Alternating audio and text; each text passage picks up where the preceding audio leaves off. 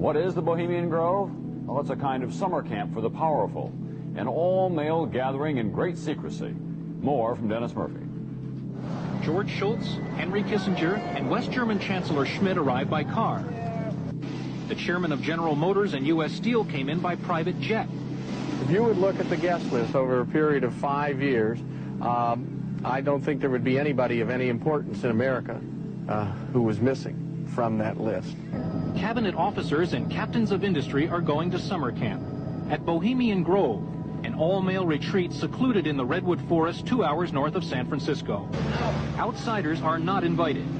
What's hidden away is a little bit of Boy Scout camp and a lot of fraternity hokum. There are rituals, bonfires, and the burning of effigies. The members live in lodges with names like Wolf and Caveman. Gerald Ford, Henry Kissinger, William French Smith, and George Shultz are bunkmates at Mandalay Camp. A campground statue reminds Bohemians to keep their mouths shut about the Grove. The Bohemian Grove that I attend from time to time, the Easterners and the others that come there, but it is the most faggy goddamn thing you will ever imagine. On San Francisco crowd that goes in there. It's just terrible.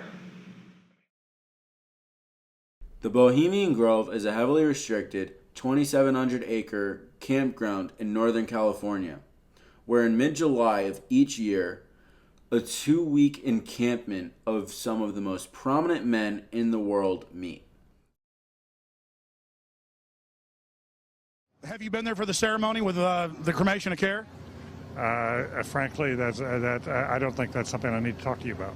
Well, I'm Alex Jones, and I snuck in there in 2000. I'm the guy that blew it wide open and got the video. It's been on national TV. Well, I disrespect you for that. You do? I do. O thou, thus buried across the shadowy tide, in all the ancient majesty of death, no art enemy of beauty. Not for thee that has been tribute, or the restful grave. Fire shall have its will of thee, and all the winds make merry with thy dust. Begone, dull care. Fire shall have its will of thee. Begone, dull care, and all the winds make merry with thy dust. Hail, fellowship's eternal flame. Once again, midsummer sets us free.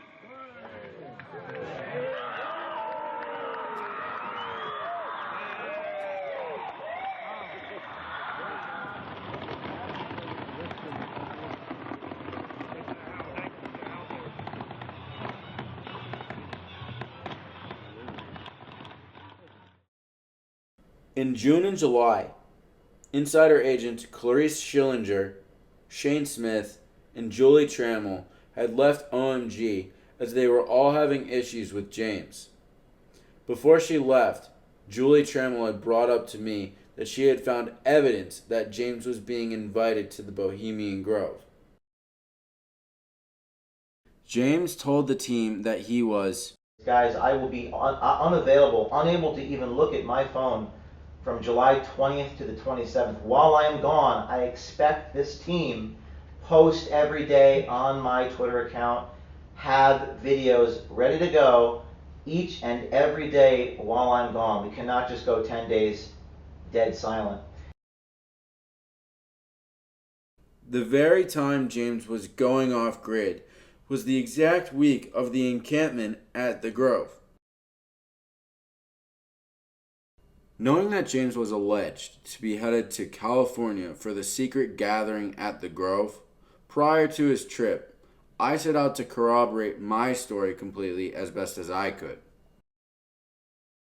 On August 1st, I obtained a photo of James O'Keefe's tent slip next to his book, American Muckraker, when I was at his house in North Vale, New Jersey.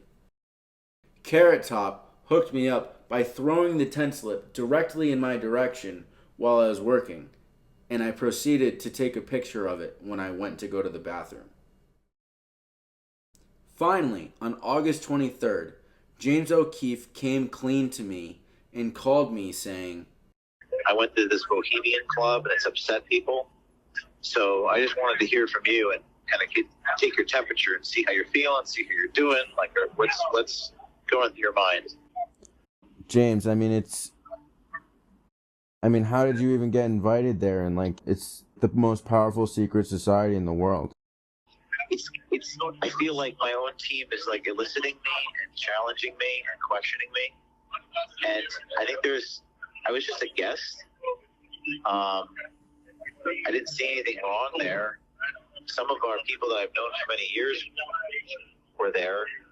If I saw something, I would tell you, but you know, I think there's a lot of conspiracy theories and stuff, and I didn't see anything.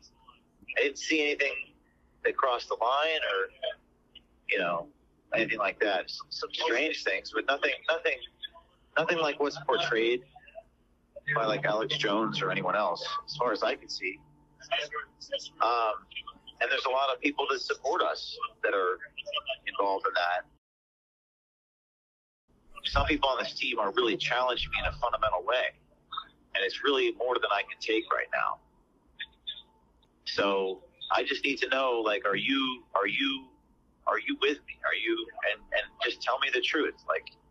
Truthfully, James, I can't say yes to that because of everything that we've been through from Pfizer whistleblower to now. I can't feel like my own team is like investigating me. You have to trust me. It sounds like you're not. I called James back that day, and I wanted to bring up to him more about Pfizer and my story being buried, and how this was truly a crime against humanity. You want to continue our conversation? Sure thing. James, you advised it, and it wasn't even my decision to go about it this way. It was a manipulative tactic. I thought about the tape again after the February. I thought about revisiting it, but a lot of people said it's a few years old. It's a little old. It's probably not advisable to do it. Our attorney advised us not to look at that footage. And I think it's important that we listen to our attorneys who are trying to help us and keep us out of trouble. There are certain lines that we just can't cross. Certain lines that I can't cross. I wouldn't advise that you cross. I mean, like, it's been a lot, and, you know, like I was like the golden ticket, Willy Wonka of whistleblowers, you know, I mean, literally, you know, codenamed Microscope, I literally showed people, like, the nanotechnology in this shot, James, like, the bioweapon behind it. Why don't we do an interview together on how fucked up the whole thing was? Because you just said that I'm trying to extort you, and you've crossed, you can't, I mean, it's crazy. It's crazy. You know, I've been through a lot in the sense that, like, I come from being the Pfizer whistleblower, right? I wanted to blow the whistle on this bioweapon, and you shut me up. Right. You shut me up. Who shut you up? You did. Who shut you up? I was silenced by you, sir. Regarding Pfizer, how I was a source, remember? How I came to you, wanted to blow the whistle on the whole thing. What would cause all of the people, all of your former colleagues, to caution you to release that? Why would they caution you to release that? Probably because they don't want the truth to get out, because of all the powerful information behind it all. It's way too powerful, such as the Vice President Nick Warren saying he gamed the system, gamed the FDA. Tell me that's not public information. Millions of people died, James, from this shot. The moral, ethical thing to do is bypass these things on paper, written laws, that don't actually matter. God's law is what matters, sir.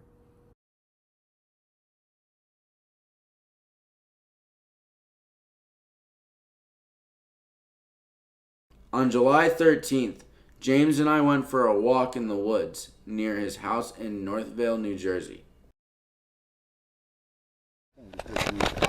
You went through what you went through. You got that information. And even if it isn't released, like the video of what you did, like you can, write about it. Although that might be an issue. What, the microscope stuff? Yeah. And I was just talking to him about things like I remember when I met you in that restaurant, and I remember like talking to you. I remember thinking, this guy probably thinks I'm a dick.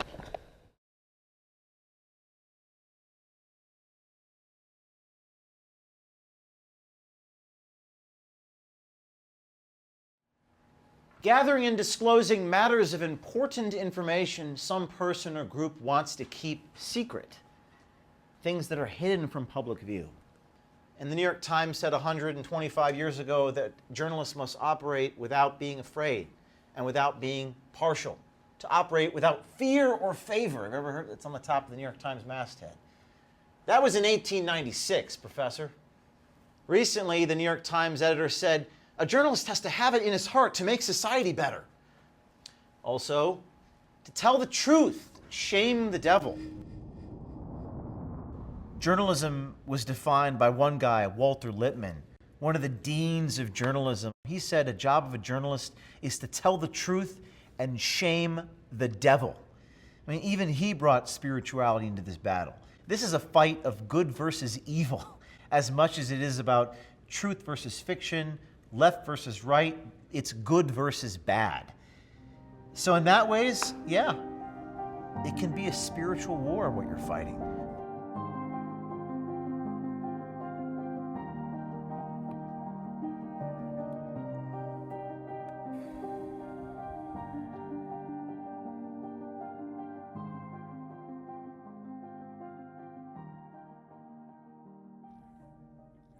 I just want to leave one last message to the audience. Truth is love, and love is truth. Thank you for watching my story. Please share it with the world. I do not mean any malice or harm to anybody that is portrayed in this film, such as my old colleagues, Conwall Gill, Ramin Djavari, Nick Warren, or my other team members at Pfizer. As a team member of the Pharmaceutical Research and Development Analytical team, I knew that there was clearly something wrong with the vaccine rollout. And I feel that I have blood on my hands from working on this vaccine. In spiritual law, the law is to do no harm. I simply was doing what I was doing because God placed me in a position to help people wake up to the dangers of the COVID-19 vaccine.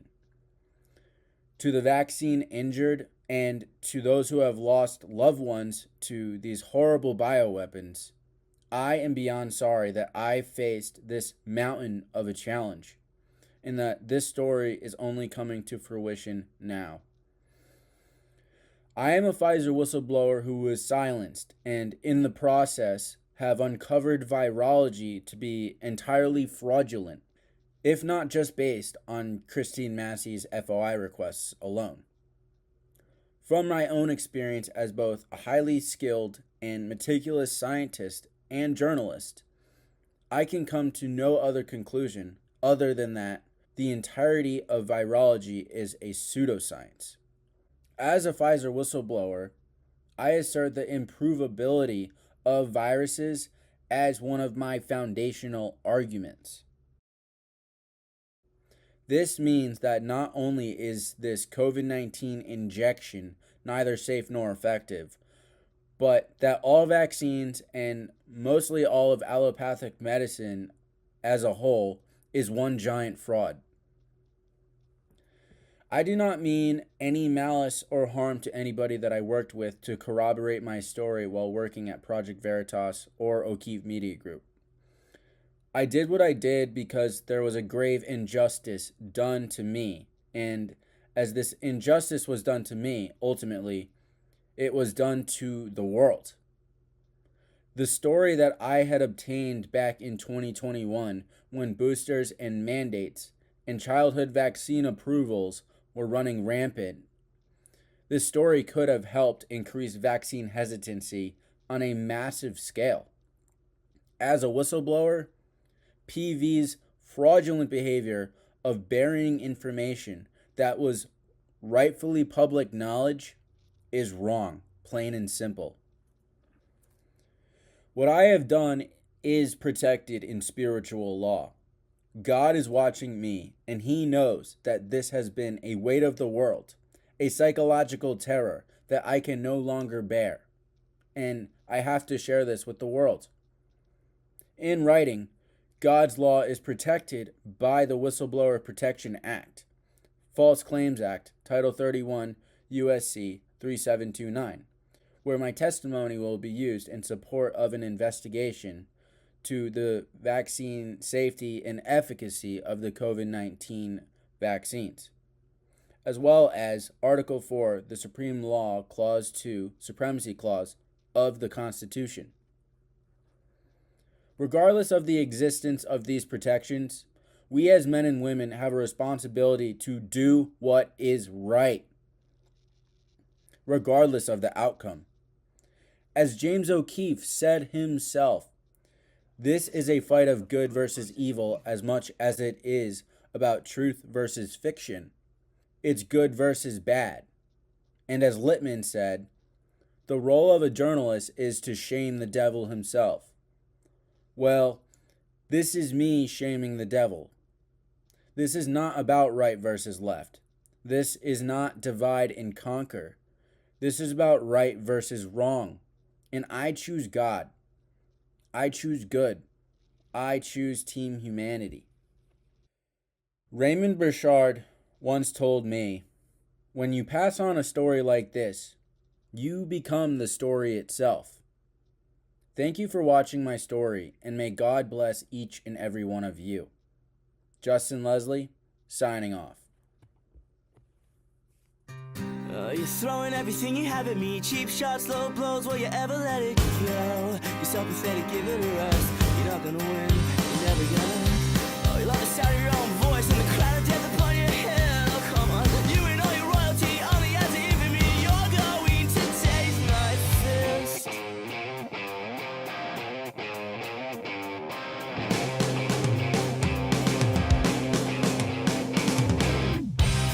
You're so good at stretching the truth into a sugar-coated lie. Everyone takes a bite. I have been dining with the enemy. It was a wolf in sheep's clothing. Now it's so clear to me. Oh, I've had enough of your games. If you're not trembling, you better be. 'Cause we're gonna be the end of you. I've had enough of your games. I'm gonna show them who you are. I can tell you right now, it won't be pretty. I can convince anyone anything, provoking the anger of a jealous God. Still you spin a web of lies, fear, lust, pride, greed, and shame. You said no one, oh you said no one escapes the pain. I've had enough of your games. If you're not trembling, you better be. 'Cause we're gonna be the end of you. I've had enough of your games. I'm gonna show them who you are. I can tell you right now, it won't be pretty. I went to this Bohemian club and it's upset people. So I just wanted to hear from you and kind of take your temperature and see how you're feeling, see how you're doing.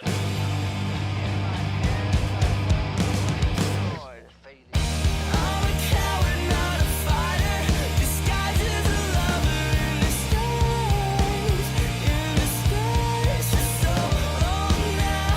You held me down, you held me down, you held me down.